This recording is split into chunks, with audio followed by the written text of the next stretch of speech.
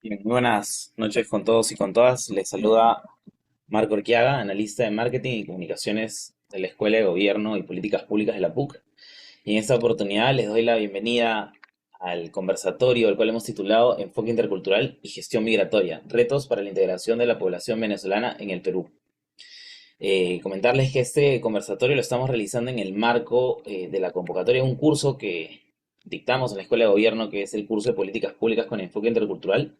El día de hoy nos acompaña uno de nuestros docentes del curso, que es el profesor Santiago Alfaro. El profesor Santiago Alfaro es sociólogo por la Pontificia Universidad Católica del Perú, magíster en Sociedad, Cultura y Medios por la Universidad de Leeds, en el Reino Unido, y cuenta con estudios de posgrado en Cooperación y Gestión Cultural Internacional por la Universidad de Barcelona. El profesor se ha desempeñado como investigador de la Red Internacional de Estudios Interculturales de la PUC, como oficial del Programa de Derechos Indígenas e Interculturalidad de la Oficina para América del Sur del Oxfam, director general de Industrias Culturales y Artes del Ministerio de Cultura e investigador del Leeds Institute for Excellence Teaching de la Universidad de Leeds. Bien, asimismo nos acompañan Mariana Mendiola, que pertenece a la ACNUR, que es la Agencia de las Naciones Unidas para Refugiados, y Lucy Harman, que es gerente de gestión de riesgos de desastres y respuestas de emergencia de CARE Perú. Bien, entonces para dar inicio al evento, voy a invitar al profesor Alfaro para que pueda eh, presentarse y sobre todo también presentar a nuestras invitadas el día de hoy, ¿no? Asimismo también animarlos a que puedan aprovechar este espacio para que puedan realizar intervenciones, consultas, para que puedan levantar la mano y podamos abrir el micrófono, para que puedan escribir sus consultas. Pero la idea es que alimentemos este espacio con la participación de ustedes. Bien, entonces adelante, profesor Alfaro. Muchas gracias por participar.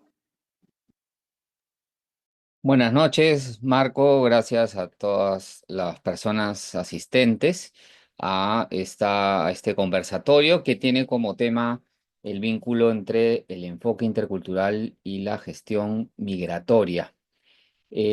Los seres humanos nos movilizamos por razones de catástrofes naturales, crisis económica, búsqueda de nuevas oportunidades, y eso ha pasado a lo largo de la historia. Ha habido distintos modelos políticos para integrar a las comunidades de países ajenos a la sociedad receptora. El dominante ha sido el asimilacionista, el obligar a que adopten los valores de la sociedad nacional a los que migran las personas, pero también ha habido, especialmente después de los 70, otros modelos de política pública que han buscado reconocer la diversidad cultural, integrar a esa población y por lo tanto eh, ubicar la discusión de las políticas públicas en otro escenario, ¿no? Donde no se busca eh, mm, fomentar estereotipos negativos sobre esa población, sino comprender y valorar los aportes que pueden generar a las sociedades. Y en ese marco es que en el curso de políticas públicas con enfoque intercultural queremos explorar la relación entre el enfoque intercultural y la gestión migratoria, básicamente por dos razones. La primera es que es una realidad que existen 1,5 millones de venezolanos en el Perú, ¿no? Es una población bastante grande, es la segunda más grande población venezolana a nivel mundial, y por lo tanto se necesitan una serie de políticas públicas de integración, y el enfoque intercultural puede cumplir un rol que actualmente no lo está teniendo debido a que el modelo de problema público que se diseñó al crearse el Ministerio de Cultura asumió que la desigualdad étnica debe estar asociada solamente a la población indígena y a la población afroperuana. Pero el enfoque intercultural es muy usado en otros países como fuera de América Latina, en Italia, por ejemplo, para generar servicios adecuados a las características de los migrantes, muchos de ellos viniendo de África, ¿no? Hay, por ejemplo, el concepto de mediador intercultural, que es muy común en Italia, es muy usado, muy discutido en sus políticas públicas, especialmente en el ámbito de la salud, pero también en de la educación. Y en general, el multiculturalismo del norte global ha estado asociado no solamente a la existencia de pueblos indígenas, sino a la integración de población básicamente migrante, entre ellos peruanos, ¿no? Entonces, ¿cómo podemos pensar la utilidad de este enfoque para fortalecer la discusión de la gestión migratoria, específicamente de la integración de la población venezolana? Entonces, por eso es que hemos invitado a dos personas que son protagonistas de la cooperación internacional que ha buscado desarrollar proyectos que permitan integrar a la población venezolana y en general beneficiar a todos, ¿no? A toda la ciudadanía con ese proceso.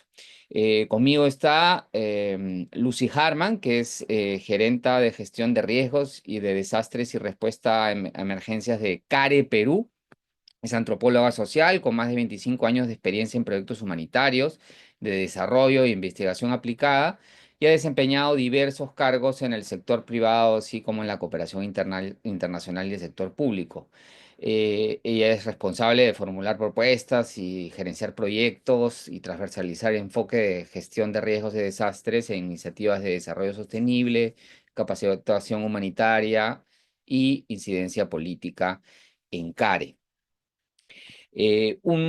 Antes de darle la palabra, solamente quería destacar que es necesario que desde la academia se busque contribuir a generar mayor nuevo conocimiento y también aprendizajes con relación al abordaje a problemas públicos, ¿no? La gestión migratoria forma parte de un problema público, pero circulan muchos discursos que no se basan en evidencia, ¿no? Por ejemplo, esta asociación entre el crimen y la población migrante, ¿no? Hay un estudio de la Organización Internacional de las Migraciones que indican que solamente 22 de cada 100.000 venezolanos están involucrados en actividades delictivas y que comparado eso con 132 personas de cada 100.000 peruanos, ¿no? En delitos contra la vida, el cuerpo y la salud, ¿no? Y así podríamos ir encontrando muestras que antes que una amenaza al desarrollo de la sociedad peruana, podemos encontrar muchos aportes en la población venezolana. Entonces quisiera que nos cuente Lucy los proyectos que está realizando CARE y la perspectiva que tiene con relación a la integración de la población venezolana al Perú. Bienvenida, Lucy, te damos la palabra. Muchas gracias, un gusto estar con ustedes y felicitaciones por tener ese tipo de iniciativas, porque efectivamente creo que con la suma de esfuerzos y interrelación todos ganamos. Creo que cada vez más el mundo es uno, cada vez más tenemos que articularnos y tenemos que sumar. Y a veces hay cosas que parecen muy evidentes y no lo son tantas. Por ejemplo, cuando hablamos de la población venezolana, y te agradecería puedas pasar a la siguiente lámina, por favor. Decimos, muy bien, nosotros venezolanos pueden venir al Perú porque todos hablamos el mismo idioma y todos somos iguales porque hay castellanos. Y en realidad no es tan así. Hay importante, puede ser que hablemos la misma lengua, pero no necesariamente hablamos el mismo idioma, no necesariamente pensamos igual. Aunque nos pueda pesar a muchos, en Perú somos andinos. Tenemos una lógica de pensar andina, más bien introvertida, más bien callada, más bien meditabunda, digamos, y la población venezolana es más bien caribe, extrovertida, dicharachera, muy muy espontánea, y eso puede generar diferencias importantes y shocks, shocks entre una persona y otra, y eso puede ayudar a propiciar los estereotipos que hemos escuchado tanto, y en la cual tanto la prensa nos tiene agobiados. Lo que queríamos decir también, es importante decir que Perú ha sido normalmente un país de expulsión de población. Todos tenemos familias, amigos, allegados, conocidos, vecinos que se han ido del Perú o se están yendo del Perú por diferentes razones, por estudios, porque están cansados, por la violencia, porque no hay oportunidades económicas, porque quieren estudiar, en fin, por las razones que fueren. Y estamos acostumbrados a tener una diáspora peruana que sale de fuera y no toda regresa. Pero no estamos preparados, y menos lo estuvimos hace unos 10 años que comenzó la crisis migratoria venezolana, a recibir población. Lo hicimos en décadas pasadas, cuando el Perú recibía población importante de las expulsiones de otras partes del mundo. Los hemos tenido de China, lo hemos tenido de Japón, lo hemos tenido de Europa, los hemos tenido de diferentes partes de Europa, en diferentes momentos de crisis en Europa, pero no estamos acostumbrados a recibir población latinoamericana en nuestro país. No estamos acostumbrados a recibir el número de población que llegó, sobre todo entre del 2015 en adelante, y es así que han salido más de 5 millones de personas de Venezuela, y de esa diáspora venezolana, el estimado es que uno de cada 4 de ellos vive en el Perú. Se vino a vivir al Perú, eligió venir en el Perú. ¿Y por qué eligió venir al Perú y no a otros países que aparentemente están mejor en la región? Básicamente porque en la época de la violencia en el Perú, mucha población peruana se fue a Venezuela, y se establecieron lazos y relaciones con personas venezolanas que, cuando ha venido la crisis allá, vinieron en una lógica de reciprocidad, vinieron al Perú justamente donde ya tenían ciertos conocidos, ciertos arraigos, ciertas relaciones que les podría ayudar a insertarse mejor. Como en todo proceso migratorio, primero migran los más fuertes. Primero migran los que tienen condiciones y están capacitados y tienen las ganas y el coraje de salir del país a emprender, a emprender negocios, en vida, en otro país que es distinto al suyo. Es así que ahora en Lima, y no solo en Lima, creo que también en Trujillo también, 1 de cada 10 peruanos es venezolano. Entonces, en Lima, 1 de cada 10 personas que vive en Lima, evidentemente esto varía de distrito a distrito, tenemos un importante 10% de personas que viven en Lima que no son limeñas y que no son peruanas. Eso es algo que nos debería llamar la atención, y si miramos vamos a ver cambios en el limeño y en las costumbres limeñas, producto de esta inmigración venezolana, de la cual seguramente muchos no se han dado mucha cuenta. Primero tenemos un importante ingreso de población que está muy concentrada en su presencia física, en cómo se ve. Entonces, ahora, en general, el peruano promedio, el joven promedio, se viste y se arregla mejor. Esto en mucho porque ve lo que hace la población venezolana y dice: yo no me voy a quedar atrás, y también se viste y se arregla mejor. También es cierto que sabemos, justamente porque son caribes, como decir, habían muchos dependientes de tiendas que ven que hay una cierta preferencia por contratar a venezolanos antes que a peruanos, porque tienen una mejor llegada, son más amables con el público, con los compradores, con los clientes, en fin. Y entonces ahora en general hay mucho mayor amabilidad en el trato hacia los clientes. Eso también es algo que ha cambiado poco a poco.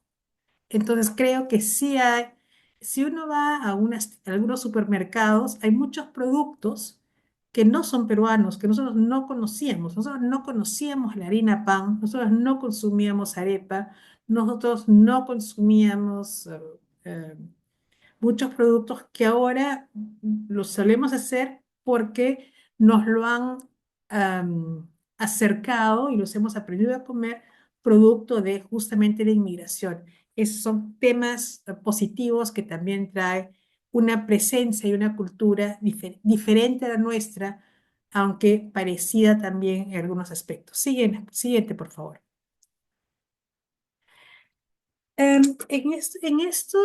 Como digo, la prensa siempre nos ha vendido la imagen que tenemos es el venezolano visto como un rival, visto como es alguien que puede venir a quitar puestos, alguien que compite, y no vemos el vaso medio lleno de lo que puede significar la presencia de población venezolana o la inmigración venezolana al país. De hecho, hay estudios de la Adenauer que nos dicen que se podría contribuir la migración podría contribuir en 4,5% del PBI nacional y que, por ejemplo, en el 2020 los migrantes aportaron más de 15 millones a la economía peruana, más de 115 millones a la economía peruana y que en el 2021, en pleno COVID, las entidades bancarias reportaron que el 75% de las cuentas que se abrieron eran de extranjeros. Entonces, sí estamos hablando de que eso sí pueden mover economía, sí mueven el sistema financiero y sí aportan a lo que es el desarrollo nacional. Piensen que si tenemos 1,5 millones, que cada uno gaste 1.000 soles, ya son 1.500 millones de soles que ingresan a la economía. Es simplemente matemática básica. Entonces, no hay que pensar que vienen y esto hay que verlo como una oportunidad. Y siguiente, por favor. Lo que también es cierto, no, la anterior, el primer línea de tiempo, ese. Si vemos un poco el contexto nacional, vemos que el pico de inmigración estuvo entre el 2016 y 2018. 2018. Hubo fechas en que habían 5.000 personas en la frontera ingresando al país. Estábamos desbordados. Migraciones no sabía cómo atender el número de personas. No habían regulaciones, no habían documentos, no habían pases. Y realmente no se aprovechó, en el buen sentido de la palabra, no se aprovechó lo que podríamos llamar el bono migratorio. Hemos tenido un bono migratorio, un bono demográfico, porque si uno se fija, en esos primeros tiempos, sobre todo, migraban principalmente población económicamente activa, hombres y mujeres, con niveles, con educación superior, muchos universitarios, otros técnicas, que estaban dispuestos a ir a trabajar en cualquier punto del país. Si hubiéramos sabido redistribuir esa presencia para tener ejes, polos de desarrollo, polos de aporte a la economía, a la investigación, a la ciencia, al comercio, en fin, en diferentes puntos del país, tal vez ahora tendríamos otra perspectiva. Lastimosamente no se hizo y la población fue donde lo llevaba la corriente y lastimosamente, como Perú es un país centralizado, mucha de la población migratoria se vino a Lima metropolitana. En Lima metropolitana vive del orden del 75%, eso varía un poco con los tiempos, pero entre 75 y 80% de la población migrante venezolana está establecida en Lima porque no le hemos sabido distribuir cuando fue la oportunidad de hacerlo. Em, en el 2020 tuvimos la crisis del COVID y ahí se cerraron, como producto del confinamiento, se cerraron las fronteras. Aún así, la población siguió entrando. La frontera norte es una frontera terrestre que se pasa caminando, por eso se llaman caminantes, porque cruzaron la frontera literalmente a pie. Y, em, pero los números, si bien siguieron entrando, siguieron llegando, siempre fue un saldo de migración positiva, es decir, los números eran mayores de entrada que de salida. En la entrada no llegó a los picos pre-COVID. Aún ahora siguen entrando. Perdón, creo que hay que ir para atrás. Si puedes retroceder. Ahora sí, la siguiente, por favor. Ya. Bueno, así la siguiente. Bueno, si bien es cierto, hemos tenido una serie de proyectos, y disculpen este salto, yo me voy a concentrar en el Alma Llanera, que es un proyecto que hemos tenido por casi 6 años, que acompañó todo el proceso, que comenzó en el pico más alto de la migración en el 2019 y fue evolucionando hasta ahora y vivió junto con la población venezolana los diferentes momentos del país que en estos últimos 5 años ha estado bastante agitado, sobre todo en lo político, en lo sociopolítico, digamos. No, quédate donde estabas, pero en la lámina, ahí. Entonces, el proyecto, tuvimos el COVID, o sea, el país tuvo el COVID, el proyecto tuvo que adaptarse al COVID. Entonces, un proyecto que estaba previsto ser presencial pasó a ser prácticamente virtual. Comenzamos una fase 2. En una fase 3 comenzamos también con el ciclón Yaku y la convivir con todo el conflicto del el cambio político tan grande que fue en el 22, en el 23, donde en una semana tuvimos 5 presidentes, ¿no? En un tiempo muy corto tuvimos muchos presidentes. Siguiente, por favor.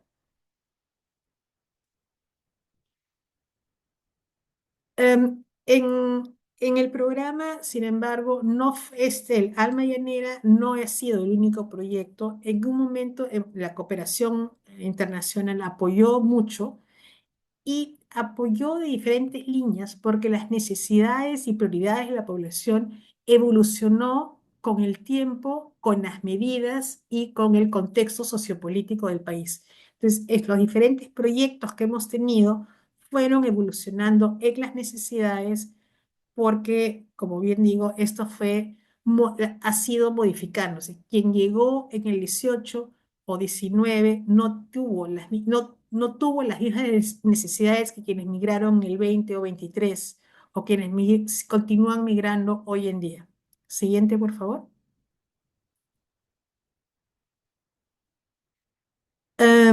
¿Y cuáles fueron los temas iniciales? Los temas iniciales tenían que ver con tema de protección, y protección lo tenemos en dos ejes, digamos.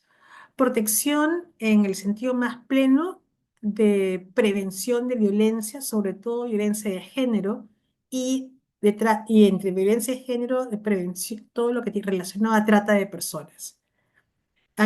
Todavía hay el delito de tráfico en población venezolana, sobre todo joven, es muy, muy alto, sigue presente. Y, protección tiene por ese lado, el lado de prevención de violencia de género, pero el otro lado, protección también entendido como cumplir con los derechos más fundamentales, los derechos humanos más fundamentales que tenemos todas las personas para ejercer nuestros derechos, como es documento de identidad.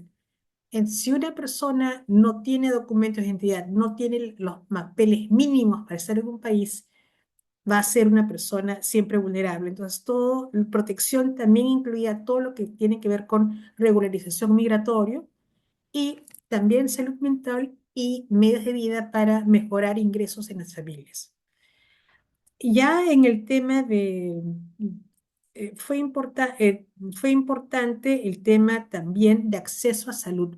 Veíamos que sobre todo los caminantes que llegaban al país haber recibido servicios de salud preventiva promocional en Venezuela, llegaban con muchos problemas de salud y claramente con serios problemas de, emocionales, sobre todo los más jóvenes, por lo que es tener que desarraigar de tu país y en caso de adolescentes, venir donde nadie, donde no necesariamente querías ir, ahí cambiando todas tus costumbres y todas tus costumbres.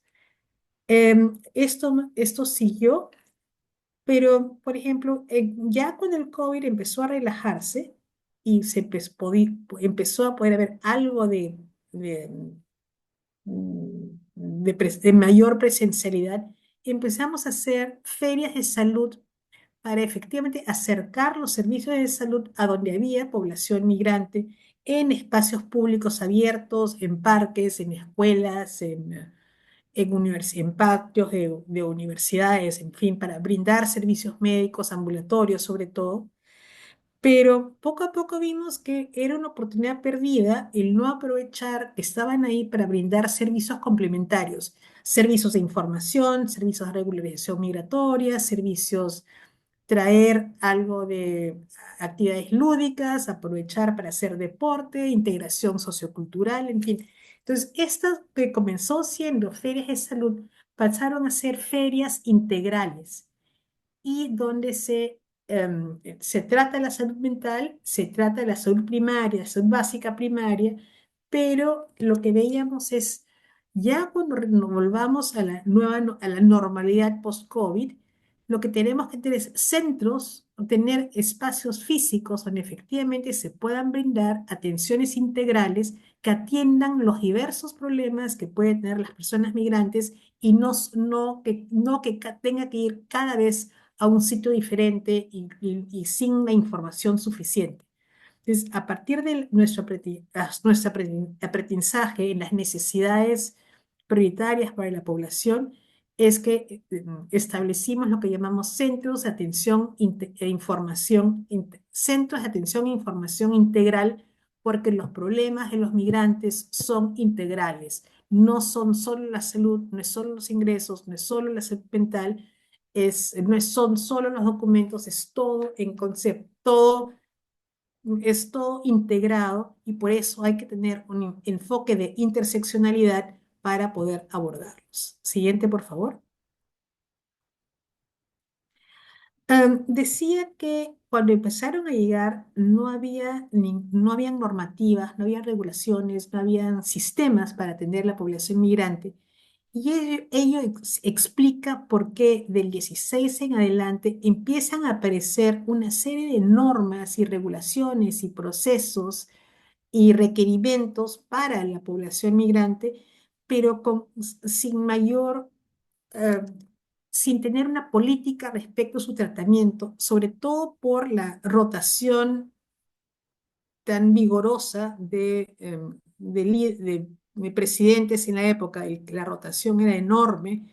Cuando cambia un presidente no hay política pública, las políticas públicas también cambian, las autoridades cambian muy rápidamente y entonces empiezan a haber procesos regulatorios confusos, complejos, donde a veces se superponen y eso sí genera problemas y nuevamente el aprovechamiento del bono demográfico que puede ser la población migrante en los países. Cambio. Siguiente, por favor.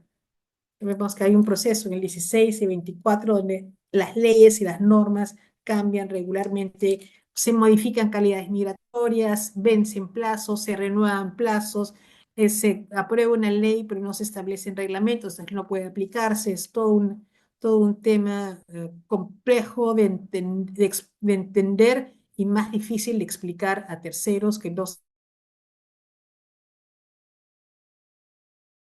nacionales. Siguiente, por favor. Entonces, acá la pregunta es, ¿cómo entonces en un programa como fue, em, puede haber, tiene que haber un enfoque intercultural?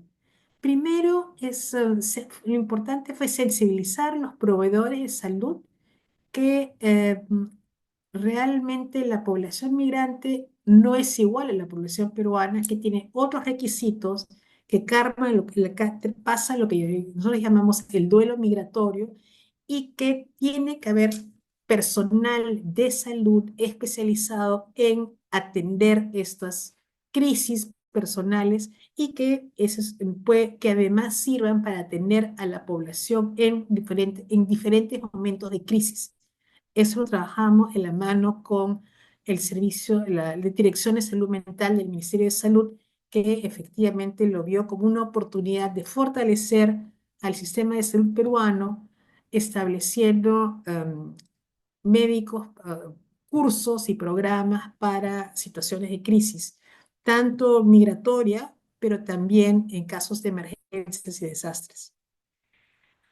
También veíamos que era importante que tuvimos muchas de las personas que llegaron al país de Venezuela tenían cierta formación en ciencias médicas y que era el momento de contar, incluirlos como agentes comunitarios de salud para que fueran un puente en lo que eran los servicios de salud, tanto para peruanos como venezolanos, y eso fue una, una medida importante porque efectivamente se ayudó a acercar la salud a la comunidad, sobre todo fuera de Lima. Eso fue, como digo, muy estratégico. Siguiente, por favor. Ah, acá lo que se pudo hacer también es fomentar espacios de encuentro entre personas peruanas y venezolanas para que demuestren cómo se puede hacer una integración positiva.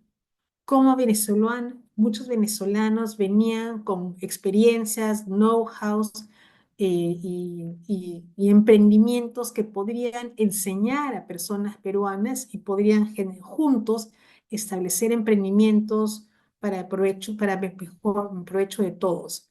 Hay una señora, por ejemplo, que es un caso emblemático, que enseñó a hacer pañales ecológicos con un pequeñísimo capital que se le dio, pero luego ahora tiene una empresa que exporta pañales ecológicos y tiene más de 5 talleres en Lima.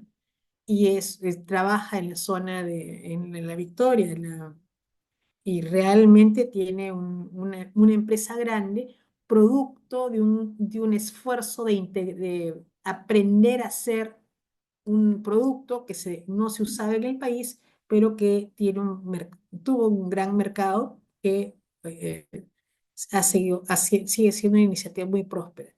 También se puede hacer fusión gastronómica. Sabemos que nos gusta comer comida fusión, y entonces vemos por qué no enseñar a comer productos, a hacer una combinación de maneras de cocinar e ingredientes para beneficio de todos. Entonces, tenemos, por ejemplo, arepas con chanfainita, que es algo que funciona muy bien. Hay comida que se ha integrado al paladar de todos. Y también se hicieron actividades vinculadas a la música, al teatro y a la pintura para promover la integración. La integración no es solo económica, la integración también pasa por temas de arte y temas blandos. Siguiente, por favor. Tenemos que ir acabando, Lucy, nada más para Sí, sí, irnos. sí. Acá hablábamos de las ferias integrales de salud que comencé hace un rato y que se ofrecen esos servicios. Siguiente, por favor. Y acá, producto de esas ferias es que se crearon los centros de atención e información integral que pueden hacer servicios nuevamente con un enfoque interseccional. Y, por ejemplo, en el año pasado, en el 24, se han brindado más de casi 13.500 servicios donde, que son donde los más solicitados son justamente trámites migratorios, salud y salud mental. Siguiente, por favor. Siguiente, ahí ha de haber un link a un video que espero que se pueda ver. Sí, sí, si me permite un segundito y lo abro en YouTube para que se pueda proyectar, ¿sí?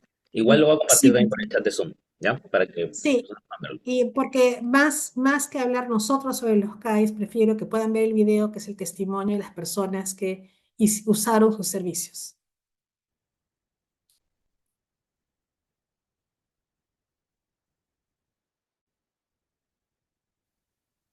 ¿Me, me das un segundito, por favor, Lucy? Sí, claro, sí, claro.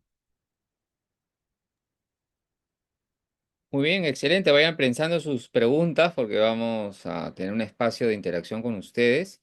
Yo tengo algunas y también reflexiones de cómo podemos extraer algunos principios que han regido las políticas con enfoque intercultural destinadas a población indígena y afroperuana, cómo eso se puede trasladar también hacia la población migratoria, ¿no? Como uno de estos es como la necesidad de adecuar los servicios públicos a las necesidades y a las características de las personas, ¿no? En este caso, desde una mirada de los derechos humanos, ¿no? Pues, recibir, pero son personas que están migrando y que tienen una experiencia y viven en condiciones de vida de alta vulnerabilidad y se requiere, por lo tanto, generar ajustes eh, que permitan brindar mejor servicios públicos y que eso contribuya a su desarrollo, ¿no? Listo, Muy bien, profesor. ahora Y vamos a ver el video. Proyectamos. dale, por favor.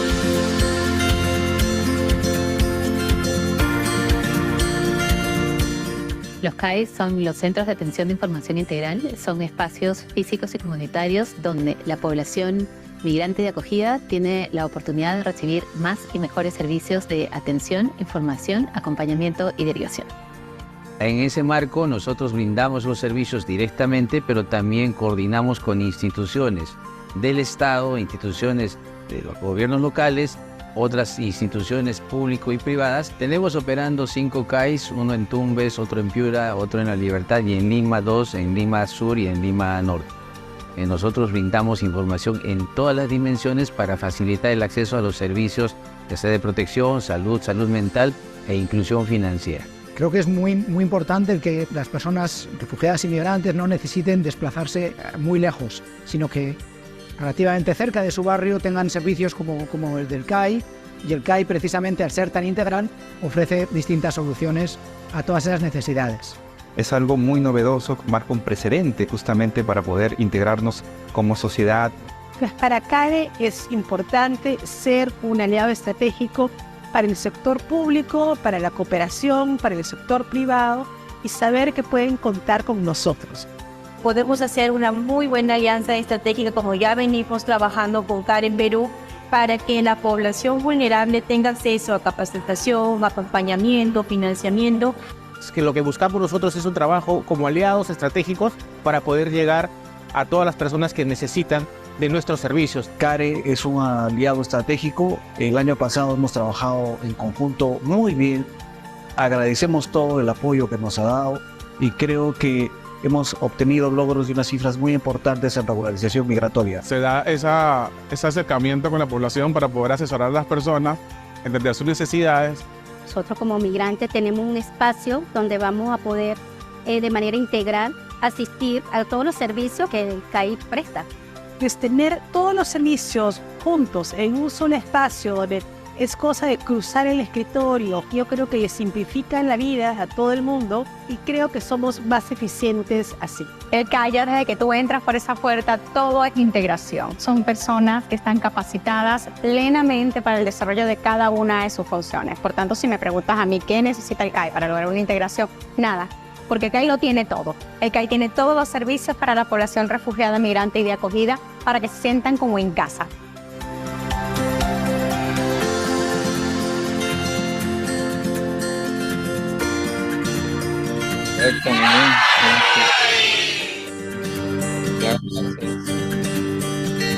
Gracias, Lucy. Ahora vamos a volver. No cerramos, pero tenemos que pasar a, a Mariana para poder escuchar la experiencia de ACNUR y de ahí volvemos sobre la experiencia que ha tenido CARE con Alma Llanera y en general el uso del enfoque intercultural en la gestión migratoria. Muchas gracias, Lucy. Entonces, ahora quisiera invitar a Mariana, que es nuestra otra invitada, Mariana Mendiola. Es oficial asociada de protección, encargada de la Unidad de Protección Legal de la Oficina de Perú de la Agencia de las Naciones Unidas para Refugiados, ACNUR. Es abogada por la Universidad Nacional de Trujillo y magíster en Derechos Humanos por la PUC. Ha cursado diversos programas formativos en protección internacional de refugiados, movilidad humana, gestión migratoria, y también ha sido investigadora principal de la Comisión Andina de Juristas en el marco de proyectos con la Organización Internacional de Migraciones, ¿no? Bueno, bienvenida. Muchas gracias, Mariana. Hemos tenido ya una historia del proceso migratorio, del aporte que genera la población venezolana y de cómo se pueden desarrollar proyectos de integración usando el enfoque intercultural. Entonces te dejamos la palabra. Gracias. Gracias. No, muchísimas gracias por la invitación. Creo que Lucy ya ha abordado bastantes temas que son cruciales, creo yo, para la integración de la población, en este caso venezolana. Yo lo que voy a tratar de hacer de manera muy sucinta es darles algunos conceptos que desde la ACNUR consideramos fundamentales y algunas cifras más, o sea, pensando, porque cuando Santiago nos invita a este conversatorio, nos hizo mucho énfasis en que, digamos, el curso, ¿no? Va a estar dirigido a personas que hacen política. Y nosotros queríamos ponerle algunos ingredientes para este diseño de políticas interculturales, pero también para promover que haya un contrapeso en el actual desarrollo político y normativo en el país, más bien apostando por la integración, ¿no? Digamos, buscando este equilibrio entre seguridad y protección. La siguiente, por favor, Marco. Lo primero que quería mencionarles es que el trabajo del ACNUR está muy vinculado a los desplazamientos forzados, ¿no? Si bien la invitación es sobre todo para abordar los temas de población venezolana, no quería dejar de mencionar que en general en los últimos años, en los últimos 12 años, el ACNUR viene todos los años analizando las estadísticas y las tendencias, ¿no? Y creo que es importante que como país haya una comprensión de que los procesos de desplazamiento forzado, ¿no? Los conflictos en el mundo en general están incrementándose. Y eso genera que la gente huya de sus países, ¿no? Entonces, y esto ya se da por 10 o 12 años consecutivos, ¿no? La gente en este momento, más de 117 millones de personas son desplazadas, ¿no? Están desplazadas, han huido de sus países de origen buscando protección. Y esto no va a cambiar. Yo creo que es importante que tengamos en cuenta que este tipo de movilidad no va a cambiar. No es que una visa haga que la situación en el país de origen sea segura, ¿no? No va a desincentivar en la medida en que quizás se espera o se considera el ingreso a un país en búsqueda de protección, y tampoco va a hacer que las personas decidan retornar a un país donde finalmente podrían sufrir daños irreversibles, ¿no? Entonces creo que eso es un ingrediente muy importante al momento de gestionar los procesos de movilidad, ¿no? De hecho, el mayor porcentaje, hay una encuesta que aplica el INEI a la población venezolana, y el mayor porcentaje de población venezolana quiere quedarse en el Perú, ¿no? Ha decidido quedarse en el Perú, ya tiene un arraigo. Entonces, es importante también empezar a hablar de los temas de integración, no solamente de los temas de seguridad, que son temas muy legítimos, pero que tienen que también ponderarse con otras necesidades de la población, ¿no?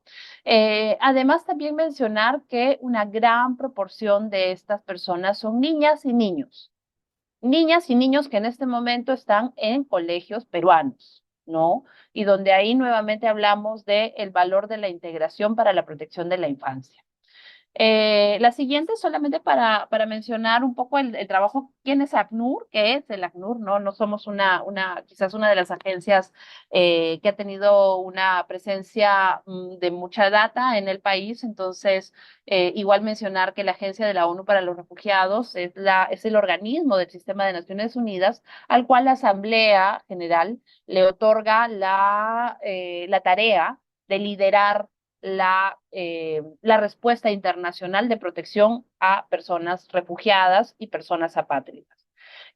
Nosotros trabajamos en 3 pilares, ¿no? O acompañamos a los estados, en realidad, que son los primeros llamados a brindar protección en 3 pilares. Primero, lo que nosotros llamamos salvar vidas, que es todos los programas de asistencia humanitaria.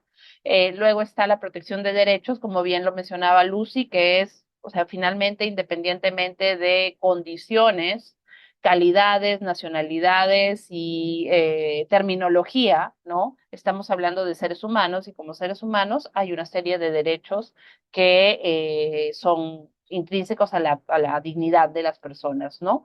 Y estamos hablando de la construcción de un futuro mejor, de la búsqueda de soluciones. Y allí es donde la integración local es una de las principales respuestas, ¿no? Para esta idea de construir un futuro digno. La siguiente, por favor. Es importante también para nosotros que ustedes entiendan un poco de quién es una persona refugiada, por qué se protege a la persona refugiada y cuáles son las diferencias con la población migrante, ¿no? Una persona refugiada es aquella que huye o no puede regresar a su país debido a que ha tenido que escapar de este por una situación que amenaza gravemente sus derechos humanos. Esto puede ser una persecución por su religión, por su opinión política, por su etnia, por alguna condición intrínseca a la persona que la pone en una situación de riesgo, por ejemplo, población LGTBIQ+, en un país donde la orientación sexual diversa está sancionada con pena de muerte, o mujeres en un país donde es una práctica cultural aceptada la mutilación genital femenina, lo cual puede implicar daños no solamente a la integridad física de una persona, sino también a su salud, ¿no? Y acá es un grupo, ¿no? Un grupo de población que tiene una condición que no va a cambiar, ¿no? Las mujeres no van a dejar de ser mujeres porque haya un riesgo de mutilación genital femenina. Y también son personas refugiadas, aquellas que huyen de la guerra, de conflictos armados, de violencia masiva, derechos humanos y otras formas de violencia. Y esto último para la región también es muy importante, ¿no? El conflicto en Colombia está recrudeciendo de una forma tal que las personas están saliendo de su país de origen de forma forzada, ¿no? La situación de Ecuador, y estoy hablando de países vecinos, ¿no? El tema de la violencia en Ecuador ha escalado de tal forma que quién sabe en un futuro podríamos hablar de personas refugiadas, ¿no? Saliendo de su país buscando protección. Luego hay otros tipos de desplazamiento forzado, no necesariamente relacionado o digamos con esta definición internacional, pero también se habla de el desplazamiento de personas bolivianas, más bien por crisis energéticas, crisis de agua, ¿no? Entonces, no, este tema de la protección de refugiados no es un tema solamente de la guerra de Ucrania, ¿no? Son temas muy cercanos a la región, mucho más de lo que nosotros consideramos, ¿no? O nosotros sabemos o manejamos, ¿no? Para ACNUR, una gran proporción de la población venezolana tiene necesidades de protección internacional que podrían observarse o protegerse desde el sistema de protección de refugiados, no solo o no necesariamente desde el sistema migratorio. Y básicamente, ¿por qué se brinda protección a las personas refugiadas? Porque para estas personas es demasiado peligroso regresar a su casa. No. Creo que no hay mucha discusión cuando nosotros estamos hablando de una guerra o los ejemplos que les ponía, ¿no? De personas huyendo de pena de muerte por su orientación sexual, otras prácticas. Hay niños, por ejemplo, que huyen de su país de origen por un riesgo de reclutamiento infantil, ¿no? Entonces, ahí creo que son como ejemplos claros de por qué es que estas personas requieren una protección y por qué los estados, y hay un sistema internacional de derechos que otorga una serie de obligaciones, ¿no? A los estados para evaluar quién es una persona refugiada y quién no. Eh, Creo además importante mencionar que en el Perú hay cerca de 500, en el Perú hay más de 500.000 personas que han solicitado refugio, el grueso, el 90% hasta más, son personas venezolanas. Eh, pero no solo personas venezolanas, ¿no? Hay un número menor, mucho menor, pero personas que vienen extracontinentales a buscar protección en el país, ¿no? Y ciertamente, incluso dentro de, obviamente para que haya una evaluación de sus solicitudes se necesitan, por ejemplo, traductores, y es todavía una de las brechas que tiene el sistema de asilo para poder brindar protección, ¿no? Y imagínense una vez que se supera la situación de entrevistar a una persona que habla nepalí o que habla un dialecto de un país de África o una tribu en África, ¿no? Luego, más allá de decir, bueno, sí, esta persona es refugiada, ¿no? Huye del Boko Haram, por ejemplo. Y luego, ¿qué más? ¿Cómo la persona va a aprender el idioma para poder integrarse si es que no tenemos eh, digamos, escuelas, ¿no? Que vayan más allá del inglés y el francés, por ejemplo, ¿no? ¿Cómo vamos a lograr esa integración, ¿no? Más allá de solamente la entrega del documento. Entonces, hay varios puntos que mencionar, ¿no? Y justo como lo mencionaba Lucy, ¿no? Incluso internamente, ¿no? El idioma español no es único, entonces, ¿cómo nos comunicamos con personas venezolanas y personas colombianas? A veces incluso las palabras son diferentes. La siguiente, por favor. Aquí yo quería poner algunos datos importantes en esta lógica de que los procesos de movilidad van a continuar y que la población tiene una intención, una gran intención de permanencia en el Perú. Actualmente ya el 3% de la población nacional es población solo venezolana, ¿no? Si quizás lo enfocamos desde una perspectiva de población extranjera, puede tener un incremento, un ligero incremento, ¿no? Pero ya el 3% de la población total del país es venezolana, ¿no? Y eso ya nos pone en la mesa como muchos desafíos para la gestión pública, ¿no? De los hogares venezolanos que incluyen a personas peruanas, se está entre el 2022 perdón, entre el 2018, que fue la primera en POVE, y el 2022, ya hay un incremento de casi el 10%. De acá la siguiente en POVE va a ser como en 4 años, ¿no?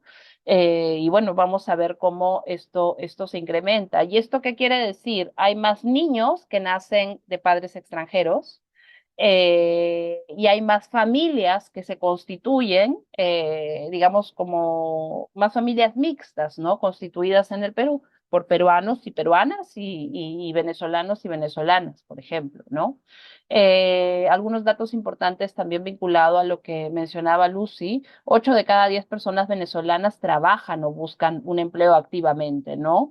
Y 3 de cada 10 personas venezolanas cuentan con estudios superiores concluidos. En 2024, ahí actualizando algo de la información que brindaba Lucy, ya el aporte de la población venezolana, como bien lo decía, lo mencionaba, ¿no? A través de el IGB, de la adquisición del día a día, ¿no? Se había incrementado, ya ascendía a 527 millones. Y en un estudio que hicimos con el Banco Mundial, se vio un poco digamos, se llegó a la conclusión de que por cada sol que el Estado peruano había invertido en población venezolana, ¿no? Entre el 2018 y el 2022, y acá estamos hablando de invertido en salud, en educación, en servicios migratorios, por ejemplo, el retorno para el Estado peruano había sido de 2,6 soles, ¿no? Entonces, poco el mensaje es que a más integración, ¿no? Estos aportes y este retorno va a ser mayor, ¿no? Y la siguiente, ya para cerrar y escucharles. Entonces, ¿cómo potenciamos la integración? Y aquí es como también la interculturalidad va a tener un rol muy importante, ¿no? Es importante que haya una adecuada caracterización de la población, ¿no? No es lo mismo gestionar para población migrante que bajo los conceptos, ¿no? Es población que tiene un documento de identificación, un documento de viaje, es población que puede organizar su viaje, es población que tiene documentos apostillados, ¿no? Hay una serie de, podría decirse, ventajas que podría tener la población migrante frente a la población refugiada, ¿no? Otro punto importante es otorgar documentación para la integración. Efectivamente, el Estado peruano tiene una preocupación y un compromiso con fomentar la formalidad migratoria, ¿no? Eh, y este compromiso también debería estar de la mano con la perspectiva de integración. Con documentos de un año, una persona no se va a animar a eh, abrir una empresa, por ejemplo, ¿no? Con un periodo, con una seguridad jurídica tan corta, se va a promover digamos, que una persona apueste, ¿no? Por quedarse en el Perú. En comparación, el CPP, que tiene otro nombre, pero digamos, la documentación que otorga Colombia tiene una vigencia de 10 años. ¿No? El documento que otorga Colombia o el estatuto que otorga Colombia a una persona en este marco de permisos, ¿no? No es tan temporal, es 10 años, lo que ya te da una seguridad de comprar una casa, una seguridad de poner una empresa, una seguridad de hacer tu vida, ¿no? En un país, de apostar por el arraigo, ¿no? En un país. Y eso creo que es un punto en el que el Estado peruano puede revalorar su respuesta, ¿no? Normas para la integración son fundamentales, ¿no? Lucy hizo una mención muy importante y es que el Estado peruano no estaba preparado para recibir un número tan significativo de personas en tan poco tiempo, ¿no? Y eso además supone o eso se ve más si nosotros hablamos un poco vemos o hacemos una evaluación de las normas, ¿no? Estábamos diciendo que el número de personas digamos, que tienen una carrera es un número muy alto. Sin embargo, para la integración laboral vamos a encontrar una serie de barreras, muchas de ellas normativas, ¿no? Desde que solamente un 20%, o sea, hay una serie de problemas para poder revalidar tus títulos, etcétera, ¿no? Luego, cuando una persona ya logró la revalidación de títulos, también hay una serie de porcentajes de contratación que finalmente desincentivan la contratación formal y generan que las personas continúen en un trabajo informal, ¿no? Es importante poner contrapeso a los discursos que incrementan la estigmatización y discriminación, ¿no? Y bueno, Creo que la interculturalidad es clave para promover políticas inclusivas y fomentar la cohesión social. Y esto creo que es importante entenderlo desde todas las perspectivas del Estado, ¿no? Les decía el tema de documentación, registro de nacimientos. Hay personas que pueden venir de un país en el que el registro de nacimiento no es como el que nosotros tenemos. Entonces, ahí, ¿cómo le explicas? ¿Cómo es el mecanismo? ¿No? Entonces, es importante entender de dónde vienen las personas para poder transmitir un mensaje, ¿no? Los sistemas de salud, creo que ahí siempre hay mayor claridad, ¿no? En cómo una persona se conecta con el sistema de salud, cómo logras que se mantenga en el sistema de salud. Y allí la importancia de la comunicación, ¿no? Es importante.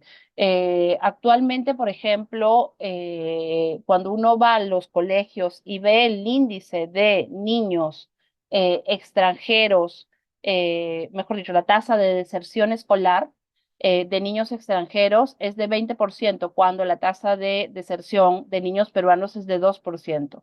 ¿Qué está pasando? ¿Cómo lo explicamos si no conocemos la situación de estos niños, si no entendemos cómo las familias entienden el sistema educativo o no lo entienden, ¿no? ¿Qué está pasando? Quizás qué mensajes están pasando en el colegio para que haya un número tan grande de niños y niñas que están dejando de ir al colegio, ¿no? Y creo que es importante que también tengamos en cuenta que en este contexto, estos niños que en este momento están perdiendo la oportunidad de estudiar van a quedarse en el Perú, ¿no? Van a ser algunos de ellos, quizás en algún momento, los peruanos del futuro, independientemente si tienen el título, ¿no? Y la resolución o no. Entonces, ¿cómo hacemos que nuestro futuro también sea mejor? Yo dejo allí la reflexión y estoy atenta a cualquier consulta. Gracias. Muchísimas gracias, Mariana. Ahora abrimos el espacio para las preguntas. Les pedimos que comiencen a formularlas usando el chat y yo voy a reforzar algunos mensajes y también hacer algunas preguntas, pero mientras ustedes van formulándolas, entonces los invitamos a intervenir, por favor, porque queremos escuchar sus inquietudes, sus también reflexiones y poder así adecuar las respuestas a lo que, digamos, a sus propias expectativas, ¿no? Bueno, por mi lado, uno podría pensar en los discursos que hay contrarios a los migrantes, ¿no? Que de hecho, han crecido a nivel mundial junto con el cuestionamiento a los derechos humanos, ¿no? Y en general a la institucionalidad y el consenso generado después de la Segunda Guerra Mundial, ¿no? Los perdedores de la globalización en Estados Unidos, por ejemplo, han apostado por un gobierno que busca expulsar, ¿no? A los migrantes, ¿no? Que culpabiliza los grandes problemas de Estados Unidos a su presencia. Entonces, atendiendo esa batalla cultural que se ha desatado en contra del reconocimiento de los derechos humanos y de la población migrante, una pregunta que podríamos hacer, no sé si puedan Mariana y Lucy prender sus cámaras para estar en el diálogo. La pregunta es, ¿por qué tendría el Estado que invertir y dar servicios a la población venezolana? Ustedes ya han mencionado argumentos, ¿no? Pero creo que se tiene que atender con una respuesta muy concisa, muy clara a ese tipo de pensamientos. Y si es mi rival, me quita el trabajo, si me genera inseguridad ciudadana, ¿por qué se les está dando un servicio público? ¿No?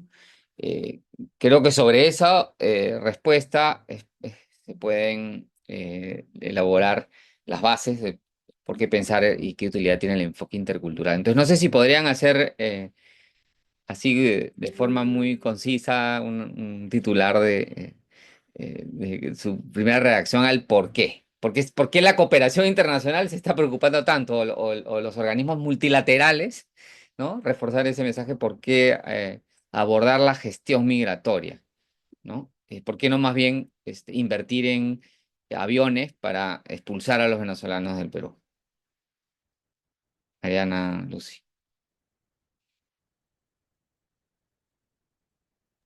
A ver, me animo yo.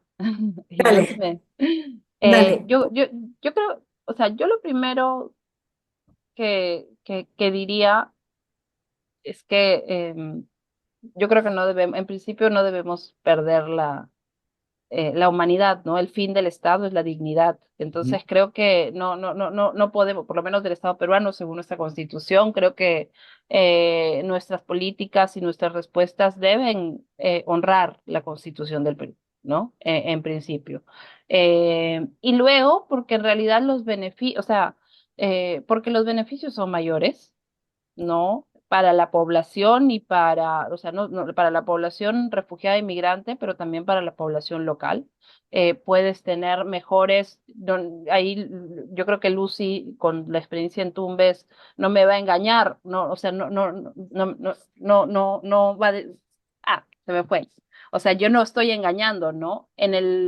Cuando hubieron estos picos de ingreso al Perú, eran miles de personas buscando un ingreso regular porque tenían la oportunidad, ¿no? Más bien, cuando el Estado quita esa oportunidad, digamos, aún así, estas personas buscaban tener una formalidad al ingresar y por eso muchas empiezan a pedir la solicitud de refugio porque entienden que en un país tú tienes que estar registrado. Entonces, en realidad, digamos, tener mecanismos en los eh, que impulsan la integración, que impulsan la formalización, son importantes porque también te van a permitir saber quién está en tu país, qué tiene para ofrecerte, ¿no? Y te va a permitir identificar rápidamente a aquellos que no están en digamos, en un proceso sano, ¿no? Entonces, yo creo que hay también una ventaja práctica, ¿no? De apostar por la integración. Hemos hablado también de aportes económicos que son relevantes. Y porque las políticas o sea, teniendo en cuenta la realidad del Estado, ¿no? Que de las fronteras peruanas, como invertir en un avión para que la persona igual pueda regresar caminando, quizás no es la mejor inversión, ¿no? Podría poner un poco en la balanza si realmente es la mejor inversión que se puede hacer o ¿Ya? no. No, no, excelente. Entonces son dos argumentos. Uno, el enfoque de derechos humanos. Se está cumpliendo la Constitución peruana y además el consenso internacional de tratar dignamente a las personas. Viene una niña de 10 años y le tienes que dar el servicio de escolaridad. ¿Lo vas a excluir? O sea, la opción sería ¿no? Evitar que se eduque esa persona. Entonces, el primero es el principio que se está cumpliendo las bases de las repúblicas eh, modernas, ¿no? Y la segunda es instrumental en el sentido de que hay gastos que el Estado hace, sin duda, como lo hace otros países cuando reciben a los peruanos, pero también hay beneficios que genera la población y son futuros peruanos, como bien lo dijo Mariana. Son resumen de dos argumentos. No sé, Lucy, si quieres complementar a eso. Sí, agregando eso, creo que un poco de data, es que existe lo que se llama la encuesta nacional, nacional sobre población venezolana, el EMPOVE. Hubo una la última ha sido el 22, viene aproximadamente, y la primera fue en el 20. En ambos casos fue importante el porcentaje de personas entrevistadas que decían que Perú era su lugar de destino, que no era un sitio de paso. Entonces, si son personas que están quemando sus naves para venir a residir en el Perú y ganarse la vida y establecerse en el Perú, tiene sentido que les des todas las condiciones para que se establezcan de la mejor manera, porque en ese proceso también van a ganar y gastar en el Perú, y eso mueve la economía significativamente. Entonces, no es solamente el interés de cumplir con el derecho humano de atender a la población refugiada e inmigrante, sino una cosa mucho más egoísta es, si yo efectivamente les doy servicio, se van a quedar y van a invertir y quedarse en el Perú y gastar en el Perú, y eso me va a mover la economía nacional. Ujú. Correcto, muy bien. Muchas gracias. Están claros esos dos argumentos. Hay varias preguntas. Entonces, yo creo como ping-pong hay que ir respondiéndolas puntualmente.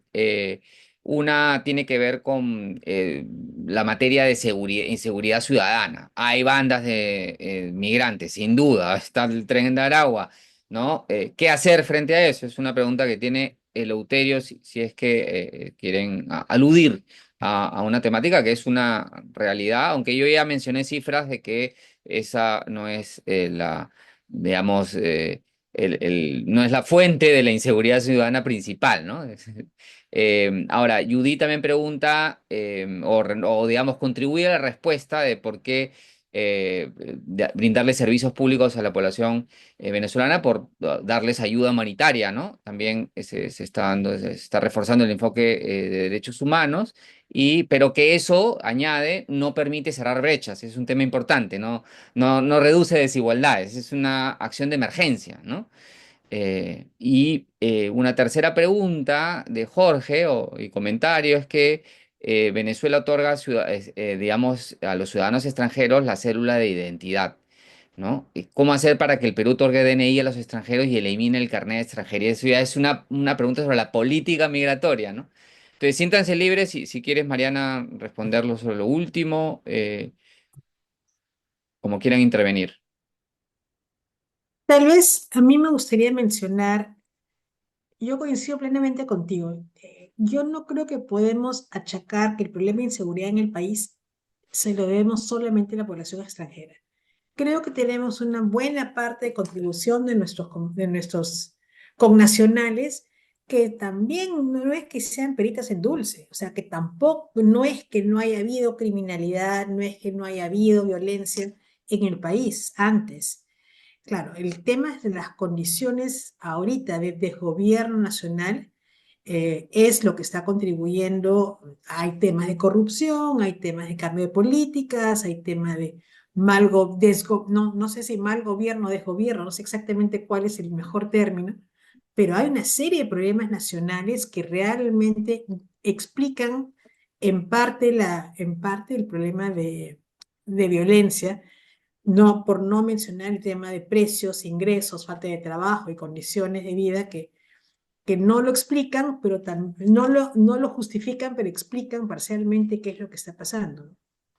Entonces, no podemos hacer causa común, es culpa de los extranjeros. Es muy fácil decir no ver la paja o sea, es ver la paja en el ojo ajeno y no ver lo que está pasando al interior el desgobierno que tenemos en el país, que realmente no contribuye tampoco al orden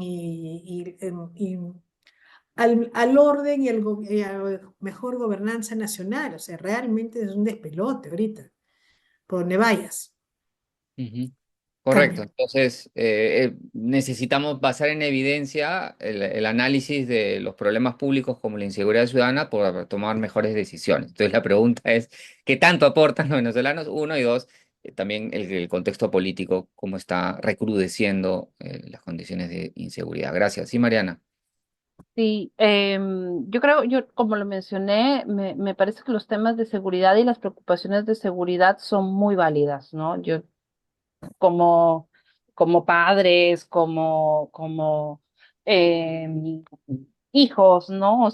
Tenemos miedo. Yo creo que eso no se puede desconocer, ¿no? Tenemos miedo de salir, como la prensa además maneja todos los temas de seguridad, quizás generan un poco de una percepción mayor que las cifras, ¿no? Entonces, no es que la seguridad sea menor, pero creo que sí es importante em, evaluar si realmente va a contribuir con la seguridad quitar una visa, ¿no? O realmente contribuye con la seguridad vuelos de con personas expulsadas, o quizás contribuye con o sea, contribuiría más con la seguridad, otorgar un mejor presupuesto o sea, ese presupuesto dárselo a la policía, ¿no? Para fortalecer equipamiento, etcétera. Creo que no es que los temas de seguridad sean menores. Creo que es importante entender dónde es que debe estar la inversión y qué medidas que se están eh, estableciendo quizás no tienen realmente ese impacto en la seguridad nacional, ¿no? Creo que eso es un punto importante a mencionar. Había uno de los mensajes de por qué solamente se legisla en favor de las personas venezolanas. Yo creo, no es que se legislen en favor, quizás el 2017, cuando o sea, cuando nace este PTP, lo que pasó en el 2017 es que hubieron dos PTPs al mismo tiempo. Hubo un PTP para padres y madres extranjeros de niños peruanos, ¿no? Y hubo un PTP aparte para personas venezolanas, ¿no? Pero quitando esa normativa del 2017 y 2018, la verdad es que la legislación no tiene una nacionalidad, no son medidas para una determinada nacionalidad, solo que siendo el 97% o un poquito más población venezolana en el Perú, se siente como que fueran normas dirigidas especialmente a personas refugiadas, pero no es así, ¿no? Incluso yo un poco en mis ejemplos también ponía situaciones que nosotros hemos identificado en el país con población extracontinental, ¿no? Población colombiana que está llegando. Entonces, es también un poco la percepción, ¿no? Pero que es una percepción quizás asociada a que es el gran porcentaje de población, ¿no? Extranjera en el país, pero no es que la legislación sea únicamente población, sea legislación para personas venezolanas. No, y estas reflexiones, todo lo que se está diciendo se podría aplicar para otras poblaciones, ¿no? Solo que ahora le hemos puesto la atención a la venezolana porque es bastante numerosa, ¿no? O sea, es una realidad, forma parte de nuestra vida cotidiana, ¿no? Y si lo vemos desde el lado de una política pública, si ustedes trabajan en el sector de educación, van a encontrarse con niños en las escuelas. Si están en el sector salud, van a encontrarse con venezolanos. Entonces necesitamos pensar cómo diseñamos políticas públicas adecuadas para las necesidades de los grupos poblacionales. Ese es el principio de la interculturalidad. Más allá de si uno sean indígenas o sean afroperuanos, migrantes, ¿no? Con el fin de reducir desigualdades, porque ese es el enfoque que tenemos en el curso, no solamente reconocer sus aportes culturales, sino tener en el foco que la misión es que haya menos desventajas entre grupos culturales, ¿no? Y bueno, y sobre eso hay una serie de preguntas que están asociadas, que tienen que ver con la primera que hice, que es el por qué, ¿no? O sea, se pregunta Leonardo, ¿por qué hacer una política integradora de migración? ¿Por qué otros países tienen una visión distinta, si no contraria a la integración, ¿no? O si, ¿por qué darle servicios públicos si de hecho los servicios públicos son malos mismos para los peruanos? O sea, ¿por qué no enfocarnos en nuestros problemas, ¿no? No sé si estoy representando bien la posición de Judith, pero creo que va por ahí. Ahora, si a los amigos venezolanos los expulsan a otros países como Chile, ¿cómo permitimos ese incremento de masa humana con pésimos servicios para los locales que aumentan las brechas en vez de disminuirlas? O sea, nuevamente la percepción es de que si acogemos a población migrante, vamos a tener menos recursos públicos para poder gestionar los servicios de los nacionales, ¿no? Entonces, nuevamente las preguntas todos tienen que ver con el por qué, ¿no? Y bueno, eso es hasta ahí las preguntas que se han hecho. Entonces, si quieren volver sobre el tema con otros elementos, bienvenidos. Sí, a ver, yo quiero intentar una respuesta general. ¿Por qué vemos el vaso siempre medio vacío? ¿Por qué es esto de que si incorporamos a chicos extranjeros a las escuelas públicas peruanas, entonces la educación va a ser peor. ¿Por qué no pensamos que tal vez la educación, la calidad, o sea, porque la educación implica también lo que se enseña, y no solamente se enseña en el salón, sino también en lo que se comparte, en lo que se integra. Entonces, creo que la posibilidad de compartir con otros y aprender de otras realidades para hacer la nuestra mejor puede ser una oportunidad que no estamos viendo. Entonces, creo que no pensemos siempre negativo, no nos pongamos en el lado del lado medio vacío. Indudablemente, la comparación es, no somos Alemania, o sea, no tenemos un montón de dinero, Perú no tiene dinero para hacer una educación pública de altísima calidad, pero tal vez si hubiera menos corrupción, tal vez si todos pagáramos impuestos, tal vez si es que todos tuviéramos una política de mayor civismo, todo sería mejor para todos. El tema es que hemos crecido en un contexto donde la informalidad crece, donde Pepe el Vivo no se le castiga, sino se le reconoce, donde la corrupción que estamos viendo en los líderes nacionales es de toda índole. Veamos una sesión de Congreso nomás y salimos medio despavoridos de cada cosa que ocurre. Entonces, hay un tema ético en el nacional que realmente preocupa, y cómo eso va a mejorar, cómo hacemos para mejorar eso, ¿no? En términos que creo que preguntas que no nos hacemos, o sea, no es cosa porque, digamos, ya tenemos los últimos presidentes en la cárcel por diferentes vicios, entonces, y siempre estamos hablando, y el siguiente también se tiene que ir, entonces no estamos buscando no sabemos, nos quejamos porque de quienes gobiernan, pero tal vez no ejercemos bien nuestro voto, no pensamos, no leemos, no revisamos el historial de los candidatos. Eso es una preocupación menor cuando ese es el gobierno que vamos a tener y ese gobierno no nos va a ayudar. Entonces, Creo tenemos que partir de un buen análisis del problema y también de encontrar las mejores soluciones. Quizás el sí. estar, ¿no? El problema no es el migrante, el problema está en otros lados, ¿no? Yo creo que el problema está en otra parte. Es muy fácil echarle la culpa al que viene al otro, al nuevo. Pero yo creo que hay problemas nacionales muy severos que no se están discutiendo. La prensa lastimosamente discute cosas muy por encima, ¿no? Digamos, muy adjetivas, y no entre los problemas de fondo del país, no los ponen, ni siquiera los ponen en el tapete para discutir. Correcto, muy bien. No nos queda mucho tiempo ya, lamentablemente. Yo tenía varias preguntas, pero sí quisiera abordar la última y con eso cerramos. Y quizás tenga que ver con la pregunta de Jairo que nos hace. ¿Cuáles son digamos, teniendo en cuenta las características de la población venezolana, cuáles serían los pilares más importantes para poder abordar su problemática dentro de las políticas públicas en el Perú? Yo sumaría a eso es que al sentido de conectar gestión migratoria con enfoque intercultural, ¿no?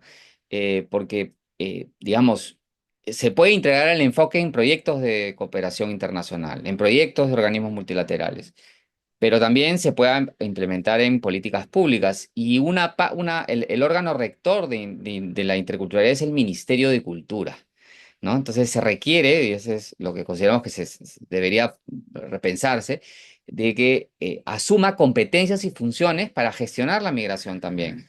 Utilizando el enfoque intercultural, podría lucharse contra la xenofobia en la escuela, aportando desde la batería conceptual y metodológica que tiene la interculturalidad, ¿no? Se podría aportar en la salud, en los distintos sectores, en el desarrollo de las políticas sociales, en fin. Entonces, no sé si quieran mandar un mensaje último de cierre, también teniendo en cuenta la pregunta de Jairo, que creo que va por ahí. ¿Qué otras estrategias o qué otros aportes podría generar el integrar el enfoque intercultural en la discusión sobre la gestión migratoria, ¿no? Hay un tema que me parece bien importante y es que nosotros pensamos que los migrantes son los de afuera. Indudablemente tenemos un contingente de población venezolana que lo explica, pero el Perú es un país de migrantes. O sea, Lima es una ciudad de migrantes, no solamente porque tengamos ahora 1 de cada 10, sino pensemos en el Perú, o sea, y decimos, en Arequipa no viven los arequipeños, en Lima no viven los limeños, en Piura no viven los piuranos. Entonces, sí estamos teniendo somos cada vez más un crisol de combinaciones nacionales, porque Que está en Tumbes, Lucy, por eso es que quizás le ha fallado. Deben ser segundos nada más la conexión. Si no se conecta, bueno, seguimos con Mariana, ¿no? Sí, no, pero, o sea, Lucy ponía un tema muy clave, ¿no?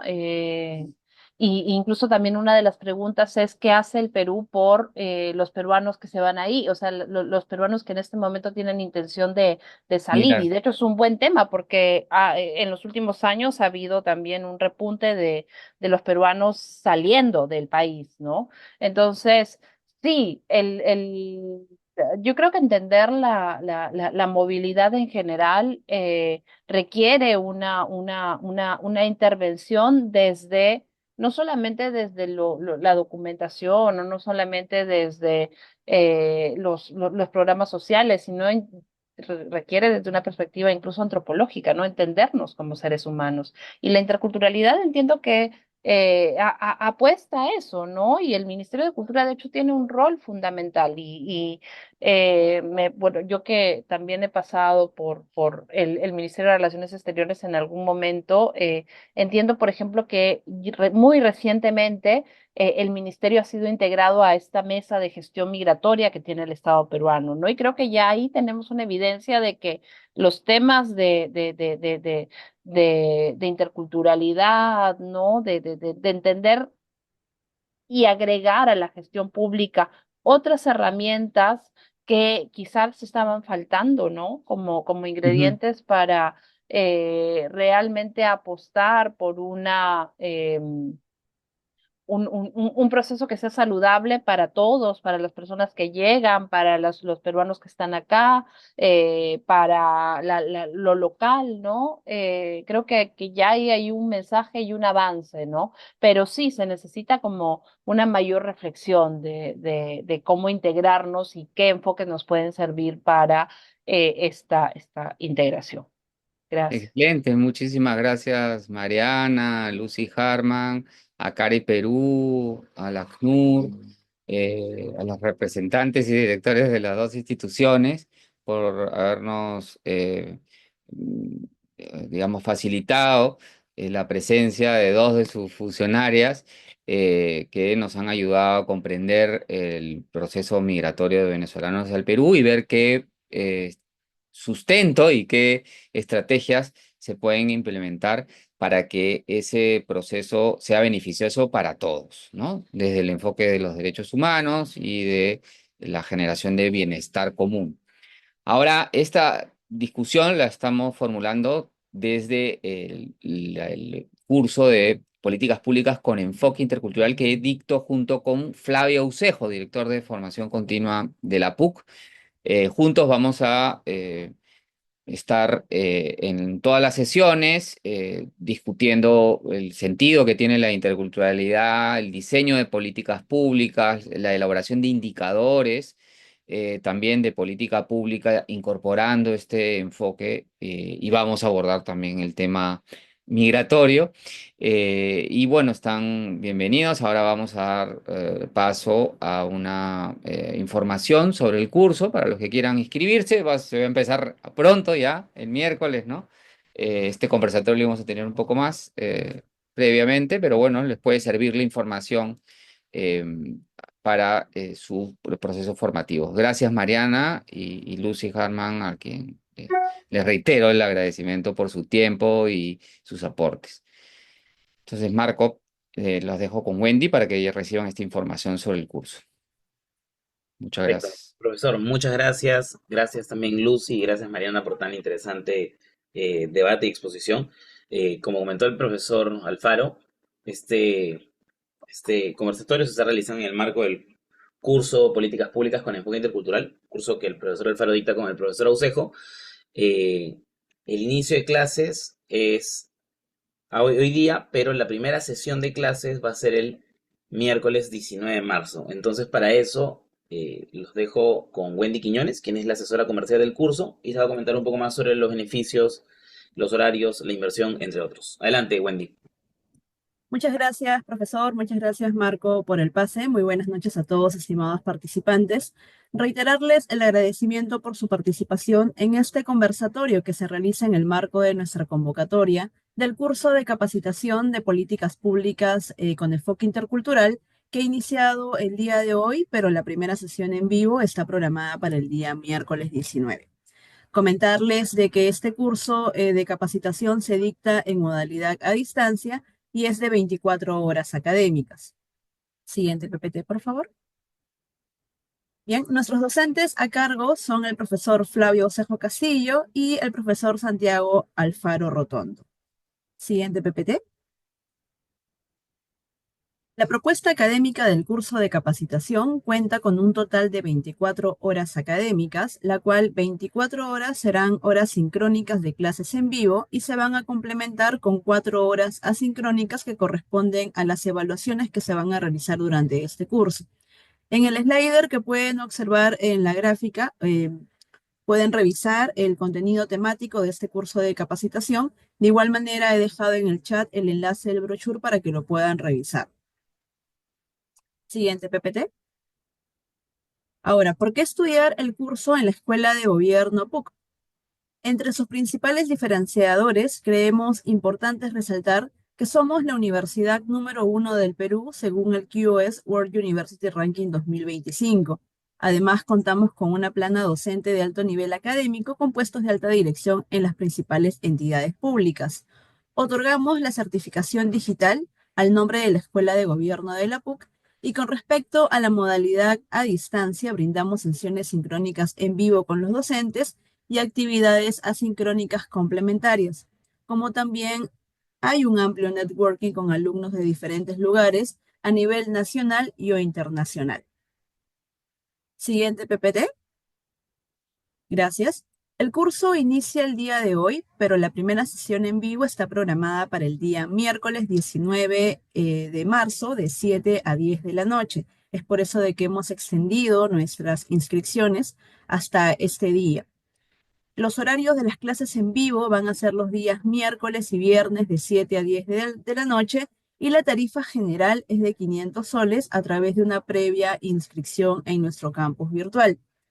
Sin embargo, siguiente PPT, por favor. A todas las personas que han asistido a este conversatorio, les tenemos un descuento especial al cual van a poder acceder desde el día de hoy y hasta el día miércoles. Este descuento aplica a partir de 2 personas a más y la inversión por cada participante va a ser de 400 soles, que es 150 menos que la tarifa general. Ahora, para que puedan aplicar esa tarifa, vamos a dejar en el chat también el enlace del formulario para que ustedes se puedan registrar. Y en el caso de que haya alguna persona que no tenga algún compañero o algún amigo interesado en este beneficio, pero quiere poder matricularse en el curso, de igual manera les sugerimos dejar sus datos para poder comunicarnos con ustedes, porque entre el día de mañana y el día miércoles tenemos un grupo interesado en poder pagar con este beneficio, así que podríamos darle la opción de poder agruparlos con ellos para que puedan pagar este monto con el descuento. Este beneficio exclusivo va a ser solamente hasta el día miércoles 19 de marzo hasta el mediodía. Importante de igual manera mencionar de que aplica solamente a partir de 2 personas a más, no es válido para órdenes de servicio y se encuentra sujeto a previa evaluación del área responsable. Siguiente PPT. Ya. En caso de dudas o consultas, pueden comunicarse a nuestro teléfono, el 992-966-374 o al correo wquinones@puc.edu.pe. Agradecerles nuevamente por su gentil atención y su tiempo y los esperamos en nuestro curso de capacitación de políticas públicas con enfoque intercultural. Tengan todos muy buenas noches.